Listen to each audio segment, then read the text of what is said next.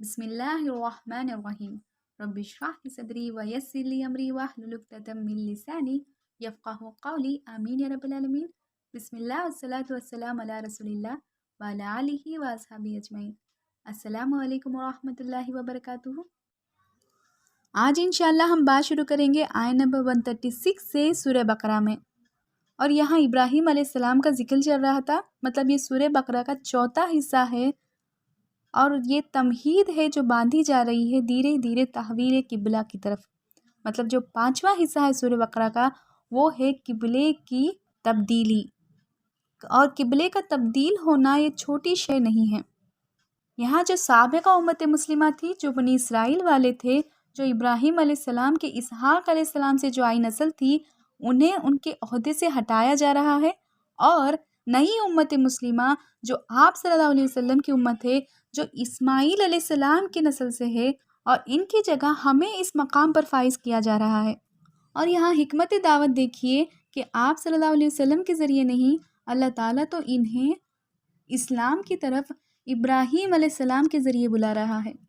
اور یہ بہت بڑی بات ہے، کیونکہ ابراہیم علیہ السلام ان دونوں کے درمیان کامن فیکٹر تھے، کیونکہ ابراہیم علیہ السلام ہی ان کی جد امجد تھے اور انہی کی نسل سے یہ آئے تھے، اور دونوں ہی ابراہیم علیہ السلام کے لیے ایک سافٹ کارنر رکھتے تھے.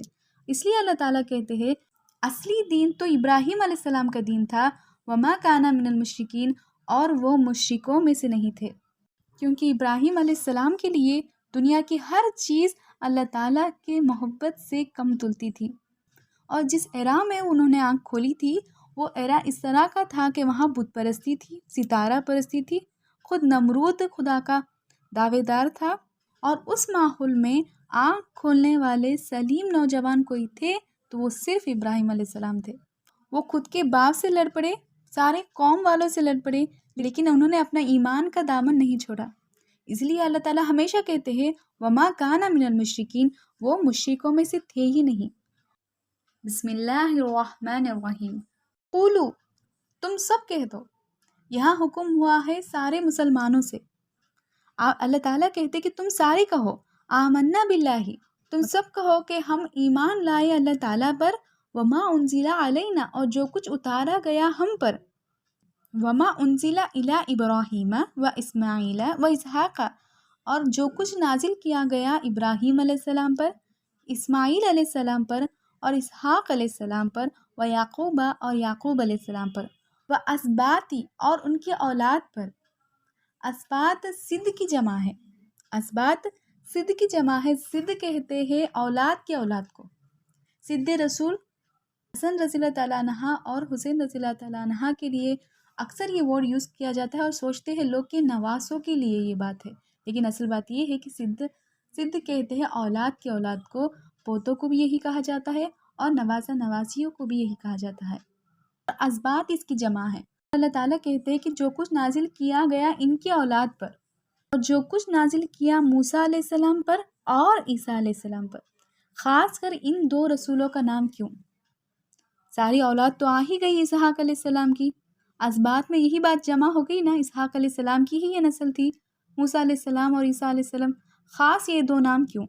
کیونکہ موسیٰ علیہ السلام سے جوڈائزم کا آغاز ہوا، یہودیوں کی نسل چلی، اور عیسیٰ علیہ السلام سے لوگ نصارہ بننے لگے. انہیں پتہ ہونا چاہیے کہ یہی وہ اسلام ہے جو لے کر موسیٰ علیہ السلام اور عیسیٰ علیہ السلام آئے تھے، یہی وہ دین ہے. تم لوگ کہہ دو کہ جو کچھ نازل کیا موسیٰ علیہ السلام پر اور عیسیٰ علیہ السلام پر، ہمیں اس پر بھی ایمان ہے. وما اوتی نبیون من ربہم، اور جو کچھ نازل کیا گیا سارے نبیوں پر، من ربہم، ان کے رب کی طرف سے، ان سب پر ہمارا ایمان ہے. لا نفرق بین احد منہم، اور ہم ان کے درمیان تفریق نہیں کرتے. تفریق اور تبدیل دونوں الگ الگ باتیں ہیں. تفضیل اسے کہتے ہیں جب ایک دوسرے پر فضیلت ہو، جیسے اللہ تعالیٰ کہتے ہیں کہ تلک الرسول فضلنا بعضکم علی بعض، ہم نے کچھ رسولوں کو کچھ رسولوں پر فضیلت دی ہے. اور یہاں جو بات آئی ہے وہ تفریق ہے. تفریق کہتے ہیں ایک کو ماننا، کسی ایک کو چھوڑ دینا. اور تم سب کہہ دو لا نفرق بین احد منہم، ہم ان ساروں میں کسی کے درمیان تفریق نہیں کرتے، ہم سبھی پر ایمان لاتے ہیں. وَنَحْنُ لَهُ مُسْلِمُونَ، اور کہہ دو سب وَنَحْنُ لَهُ مُسْلِمُونَ، ہم اسی کے لیے مسلمان ہیں، اسی رب کے لیے ہم فرمانبردار ہیں۔ اور یہی بات ہم نے چند آیتیں پہلے بھی دیکھی ہیں۔ اس کی زبانی یعقوب علیہ السلام اور ابراہیم علیہ السلام جب اپنے اولاد سے کہتے ہیں کہ تم کس کی عبادت کرو گے، سب نے جواب یہی دیا کہ ہم واحد رب کی عبادت کریں گے جو رب آپ کا ہے، جو رب آپ کے آبا و اجداد کا تھا، اور ہم اسی کے لیے مسلمان رہیں گے۔ اور انہی کی باتوں کو اللہ تعالیٰ دہرا رہے ہیں اور کہتے کہ تم بھی یہی کہو وَنَحْنُ لَهُ مُسْلِمُونَ، ہم اسی کے لیے فرما بردار رہیں گے۔ مطلب جو یعقوب علیہ السلام کی اولاد نے کہا وہی بات ہم دہرا رہے ہیں، مطلب وہی دین ہمارا ہے جو یعقوب علیہ السلام کی اولاد کا دین تھا، تاکہ بات اللہ تعالیٰ کلیئر کٹ کر دے کہ یعقوب علیہ السلام کی اولاد کا وہی دین ہے جو آپ صلی اللہ علیہ وسلم کا دین ہے۔ فَإِنْ آمَنُوا، اور اگر یہ ایمان لائے بِمِثْلِ مَا آمَنْتُمْ بِهِ، جس طرح تم سب ایمان لائے، فَقَدِ اهْتَدَوْا، تو یہ ضرور ہدایت پالیں گے۔ اگر جس طرح تم لائے ہو ایمان، اسی طرح کا ایمان مجھے چاہیے یہودیوں سے اور نصارہ لوگوں سے، مطلب اسی طرح کا ایمان، اسی طرح لا الہ الا اللہ کہنا اور اسی طرح محمد الرسول اللہ کہنا، یہ بہت ضروری ہے۔ جس طرح صحابہ ایمان لائے تھے اسی طرح کا ایمان اگر یہ لوگ بھی لا لیں گے تو یہ ضرور ہدایت پالیں گے، تو ہدایت والے ہو جائیں گے۔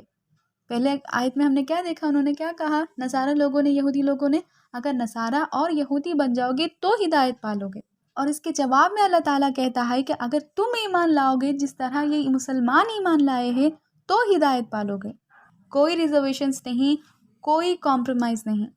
اور مدینے میں یہودیوں کے بڑے قوت والے قبیلے تھے، وہ کہتے تھے کہ ہم تو توحید پسند ہے، ان سے کہتے تھے کہ ہم بھی ایمان والے ہیں، ہمیں بھی مومن تسلیم کرو، کیونکہ ہم بھی تو ایک رب کی عبادت کرتے ہیں، ہمارا بھی یہی کہنا ہے کہ موسیٰ علیہ السلام اس کے رسول ہے، بس ہم آپ صلی اللہ علیہ وسلم پر ایمان نہیں لاتے۔ نہیں، اللہ تعالیٰ یہاں صاف کرتے ہیں کہ مجھے ایمان اسی طرح کا چاہیے جو مسلمانوں کا ایمان ہے، لا الہ الا اللہ کے ساتھ محمد الرسول اللہ کا بھی ایمان چاہیے مجھے، تبھی وہ ہدایت پائیں گے، اس کے علاوہ نہیں۔ یہ باطل لوگوں کی خاصیت ہی یہی ہے کہ حق کا کچھ جز یہ لے لیتے ہیں اور کہتے کہ ہم بھی حق پر ہیں، حق کا کچھ نہ کچھ تو یہ تسلیم کرتے ہیں کیونکہ انہیں بھی تو حق پر آنا ہے۔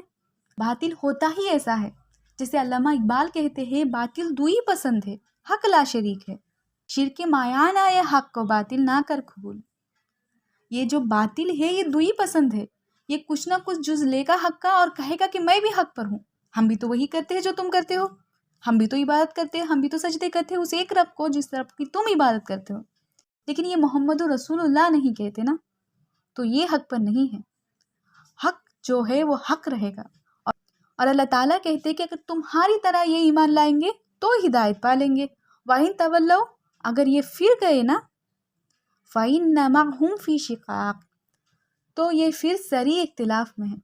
شقاق کہتے ہیں زدم زدہ کو، وہ جانتے ہیں کہ آپ صلی اللہ علیہ وسلم حق پر ہے، وہ جانتے ہیں کہ آپ صلی اللہ علیہ وسلم آخری رسول ہیں، اور اس حق کو وہ اس لیے تسلیم نہیں کر پا رہے تھے کیونکہ بنی اسماعیل کے نسل سے آپ صلی اللہ علیہ وسلم کی بعثت ہوئی۔ اور اللہ تعالیٰ کہتے ہیں فَسَيَكْفِيكَهُمُ اللَّهُ، پھر اللہ تعالیٰ کافی ہے کا تمہارے لیے ہم اگینسٹ them، ان کے مقابلے میں۔ اور یہاں دیکھیں فَسَيَكْفِيكَ کا اور ہم ٹو اٹیچ پروناؤنس ہے، اور اللہ تعالیٰ کافی ہے تمہارے لیے ان کے مقابلے میں، بے شک وہ سننے والا اور ہر چیز کا علم رکھنے والا ہے۔ اور یہاں واحد کا صیغہ ہے، اور اللہ تعالیٰ کافی ہے آپ صلی اللہ علیہ وسلم آپ کے لیے ان کے خلاف۔ اور جو یہ ورڈ ہے فَسَيَكْفِيكَهُمُ اللَّهُ، اور اس ورڈ سے جڑا ہوا ایک تاریخی واقعہ بھی ہے، جو ہے عثمان غنی رضی اللہ تعالیٰ عنہ کا۔ جب وہ شہید ہو رہے تھے، عثمان غنی رضی اللہ تعالیٰ عنہ اپنی آخری وقت قرآن شریف کو پڑھ رہے تھے، اور ان کی شہادت اسی وقت ہوئی۔ ان کے یا ان کی بیوی نائلہ کے خون کے قطرے اسی ورڈ پر گرے تھے، فَسَيَكْفِيكَهُمُ اللَّهُ۔ جو مصحف تھا، جو قرآن انہوں نے پڑھی تھی، جو قرآن شریف کی تلاوت وہ کر رہے تھے، جو نسخہ وہ تھا، وہ مصحف، وہ نسخہ ابھی بھی پریزروڈ ہے، ابھی بھی وہ خون کا داغ اس ورڈ پر موجود ہے جو ان کا تھا، صبغۃ اللہ، صبغۃ اللہ۔ اس کے پہلے، اس کا مطلب یہ ہے کہ اس سے پہلے کوئی ورب تھا، مطلب اسے ہم لیں گے اتخذوا صبغۃ اللہ یا نتخذوا صبغۃ اللہ، اختیار کر لو تم اللہ تعالیٰ کا رنگ یا ہم نے اختیار کر لیا اللہ تعالیٰ کا رنگ۔ ومن احسن من اللہ صبغا، اور اللہ تعالیٰ کے رنگ سے زیادہ بہتر رنگ کس کا ہو سکتا ہے؟ وَنَحْنُ لَهُ عَابِدُونَ، وَنَحْنُ لَهُ مسلمون کے بعد وَنَحْنُ لَهُ عَابِدُونَ، اور ہم اسی کی عبادت کرنے والے ہیں، ہم اسی کے لیے عبادت کرنے والے ہیں، کسی اور کی نہیں، کسی اور کے لیے نہیں۔ اور اللہ تعالیٰ کا رنگ کیا ہے؟ یہ کیسی بات ہے؟ یہ فگریٹو اسپیچ ہے۔ اب آپ دیکھیے کسی رنگ میں آپ ڈبکی لگائیں گے، کسی لال رنگ میں آپ ڈبکی لگاؤ گے تو آپ نکلو گے تو آپ تو نظر نہیں آؤ گے، جو پہلی چیز دوسروں کو آپ کے بارے میں نظر آئے گی وہ کیا ہے؟ رنگ۔ آپ کو دیکھتے ہی لوگ کہیں گے کہ یہ لال شخص کون ہے، مطلب جو رنگ میں آپ ڈوبو گے رنگ ہی نظر آئے گا نا۔ مطلب اس طرح اختیار کر لو اللہ تعالیٰ کا رنگ، اللہ تعالیٰ کی توحید کا رنگ، اس کی لا شریک ہونے کا رنگ، لا الہ الا اللہ کا رنگ، اس طرح اختیار کر لو کہ لوگ دیکھتے ہی پہچان لے کہ یہ اللہ والے ہیں، یہ مسلمان ہیں، یہ عابد لوگ ہیں، یہ اللہ تعالیٰ کی عبادت کرنے والے ہیں۔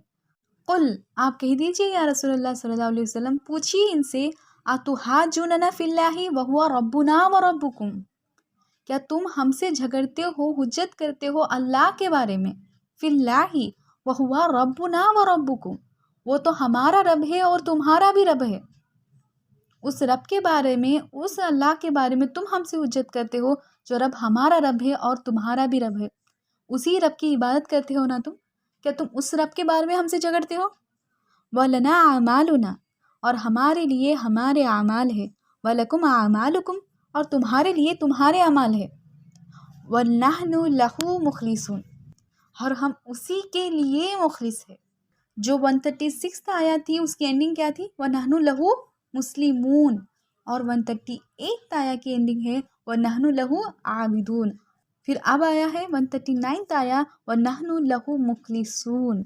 پہلے مسلمان، ہم اسی کے لیے مسلمان ہیں، ہم اسی کے لیے فرما بردار ہیں، ہم نے سر تسلیم خم کر دیا، ہم نے سر جھکا دیا اس کے لیے، اسلام قبول کر لیا ہم نے۔ اور سیکنڈ سٹیج کیا ہے؟ وَنَحْنُ لَهُ عَابِدُونَ، ہم اسی کی عبادت کرتے ہیں۔ عبادت بھی کس طرح؟ ٹوٹل عبادت، پوری طرح، ساری زندگی اسی کا حکم ماننا ہے، ہر بار، ہر وقت۔ اور پھر وَنَحْنُ لَهُ مُخْلِصُونَ، اور عبادت بھی خلوص نیت کے ساتھ۔ عبادت کس طرح ہو؟ خالص اللہ کے لیے ہو۔ اگر اللہ تعالیٰ کے لیے خالص نہیں ہے تو وہ عبادت نہیں ہے، منافقت ہے۔ آپ صلی اللہ علیہ وسلم نے کہا جس نے دکھاوے کے لیے نماز پڑھی اس نے شرک کیا، جس نے دکھاوے کے لیے روزہ رکھا اس نے شرک کیا، اور جس نے صدقہ کیا دکھاوے کے لیے اس نے شرک کیا۔ سوداگری نہیں ہے، عبادت ہے خدا کی۔ ہمیں صرف عبادت اللہ تعالیٰ کے لیے کرنی ہے، مخلوص ہو کر۔ اور یہ 3 سٹیجز ہے، اور اللہ تعالیٰ کرے کہ ہم انہی لوگوں میں شامل ہو جائیں۔ اللہم ربنا جعلنا منہم، اللہم ربنا جعلنا منہم، آمین یا رب العالمین۔ ام تقولون، کیا تم کہتے ہو، ان ابراہیم و اسماعیل و اسحاق و یعقوب و اسباط کانوا ھودن و نصارا، کیا تم کہتے ہو کہ ابراہیم علیہ السلام، اسماعیل علیہ السلام، اسحاق علیہ السلام، یعقوب علیہ السلام اور ان کے اسباط، ان کے اولاد یہودی تھے یا نصارا تھے؟ تم تو کہتے ہو نا کہ یہودی ہو جاؤ گے یا نصارا ہو جاؤ گے تو ہدایت پالو گے، تو بولو تم کہ ابراہیم علیہ السلام، اسماعیل علیہ السلام یا اسحاق علیہ السلام، یعقوب علیہ السلام یہودی تھے؟ کیا وہ نصارا تھے، کرسچین تھے کہ جیو تھے؟ نہیں، وہ تو نہیں تھے۔ ابراہیم علیہ السلام تو جوڈائزم سے کافی پہلے تھے، کرسچینٹی تو عیسیٰ علیہ السلام کے بعد وجود میں آیا۔ وہ تم بتاؤ کہ وہ یہودی تھے یا نصارا تھے؟ اور یہی وہ ضروری سوال ہے جو امت محمد صلی اللہ علیہ وسلم کو بھی سوچنی چاہیے۔ ہم مسلمان بھی یہ سوچیں کہ صحابہ کرام جو آپ صلی اللہ علیہ وسلم کے تابع دار تھے اور اللہ تعالیٰ کے فرما بردار تھے، پوچھئے خود سے، سوال کیجئے کہ صحابہ دیوبندی تھے یا بریلوی تھے یا اہل حدیث تھے یا تبلیغی جماعت سے تعلق رکھتے تھے، سنی تھے کہ شیعہ تھے؟ کون تھے صحابہ؟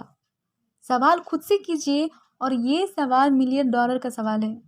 یہ وہ دین ہے جو ابراہیم علیہ السلام کا دین ہے، اور یہاں شریعتوں میں فرق آیا ہے لیکن دین وہی رہا۔ ہر بار اس دین میں فرقہ بندی نہیں ہے، نہ تھا، نہ ہے، نہ کبھی ہوگا۔ اور یہاں اللہ تعالیٰ سوال کرتے ہیں یہودی لوگوں سے، نصارہ لوگوں سے، کیا تم یہ کہتے ہو کہ ابراہیم علیہ السلام، اسماعیل علیہ السلام، اسحاق اور یعقوب علیہ السلام ان کی اولاد یہودی تھے کہ نصارہ تھے؟ وہ تو دونوں بھی نہیں تھے۔